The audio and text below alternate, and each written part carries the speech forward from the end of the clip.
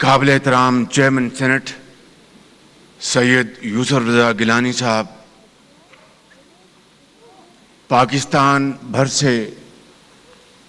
تشریف لائے ہوئے ہمارے انتہائی قابل احترام مہمانان گرامی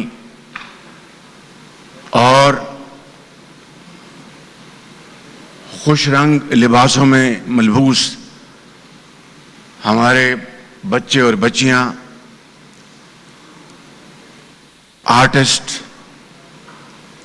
اور آج کی اس تقریب کے ہیرو اور قوم کے ہیرو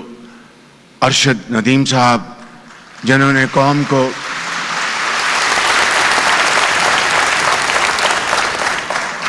آج کے دن سونے کا تغمہ جتا کر پوری قوم کا سر فخر سے بلند کیا ہے، اور ساتھ ہی ارشد ندیم صاحب کی والدہ محترمہ وہ بھی یہاں پر تشریف رکھتی ہیں، ان کے لیے بھی بھرپور تالیاں اگر آپ کریں گے تو بہت مہربانی۔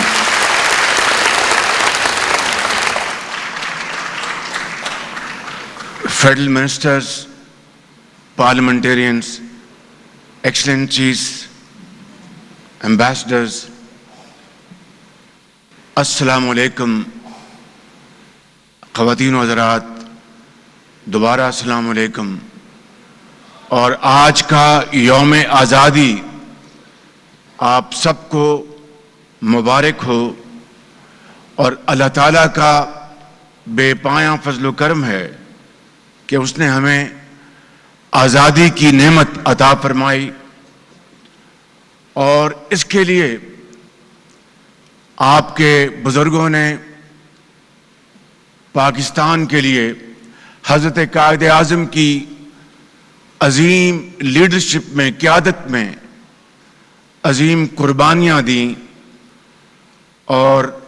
تب جا کر یہ ملک پاکستان معرض وجود میں آیا۔ ہم آج تحریک آزادی کے شہداء، غازیوں، اکابرین اور قائدین اور کارکنان کو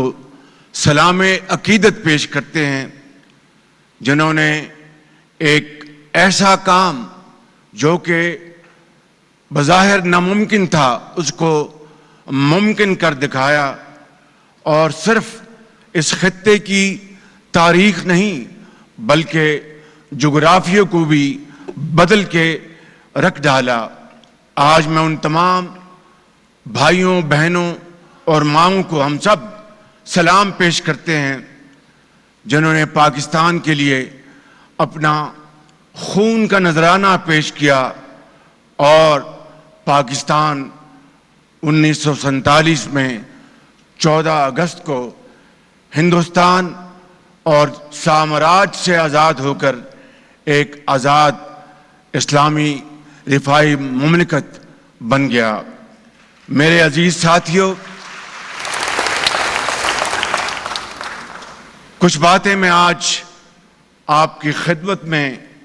بڑے ادب سے کرنا چاہوں گا کہ گزشتہ 77 سال کے دوران اگرچہ ہمارا سفر قابل رشک نہ ہو سکا، جو ہمارا بحیثیت قوم ایک فیصلہ تھا، ایک خواب تھا، اس میں کئی حادثات ہوئے، قومی وجود پر کئی کاری ضربیں لگیں، اقتدار کی کشمکش، اندرونی اور بیرونی سازشیں، ہماری اپنی غلطیاں اور مفاد پرستیاں سبھی مل کر اس میں شامل تھیں۔ بدقسمتی سے معیشت سمیت دیگر شعبوں میں بھی بتدریج زوال آتا رہا، اور ہم ہچکولے کھاتے رہے۔ یقیناً آج ہم سب کو دیانتداری اور غیر جانبداری سے سوچنے اور اپنے محاسبے کی ضرورت ہے۔ ہم زندہ قوم اپنے ماضی اور حال کے درمیان اپنا احتساب ضرور کرنا چاہیے ہمیں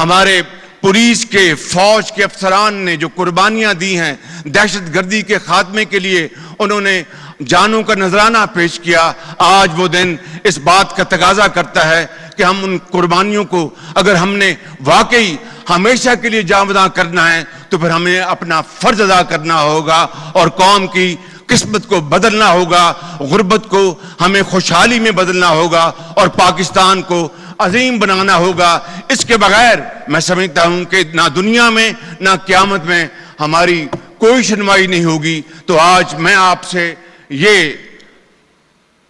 وعدہ کرتا ہوں بحیثیت آپ کے ایک خادم کے، اور وہ یہ کہ اس مہنگائی کے اور بجلی کے بلوں میں کمی کے بغیر پاکستان کی صنعت ترقی نہیں کر سکتی۔ بجلی کے بلوں میں کمی کے بغیر پاکستان کی زراعت ترقی نہیں کر سکتی۔ بجلی کے بلوں میں کمی کے بغیر ہماری ایکسپورٹس آگے نہیں بڑھ سکتی۔ بجلی کے بلوں میں کمی کے بغیر گھریلو صارفین ان کو تسکین نہیں مل سکتی۔ میں آپ کو یہ آج بتانا چاہتا ہوں کہ پوری حکومت پاکستان اس کے اوپر پوری طرح یکسوئی کے ساتھ دن رات کام کر رہی ہے، اور انشاءاللہ اگلے چند دنوں میں آپ کو بجلی کے حوالے سے پورے پاکستان میں بجلی کی قیمتوں میں کمی کے حوالے سے آپ کو خوشخبری ملے گی انشاءاللہ، کہ اس کے بغیر پاکستان کی معیشت آگے نہیں بڑھ سکتی۔ آج میں نے اپنی تقریر کا جو احاطہ ہے وہ صرف اور صرف آج یوم آزادی کے حوالے سے رکھا ہے۔ چند دنوں میں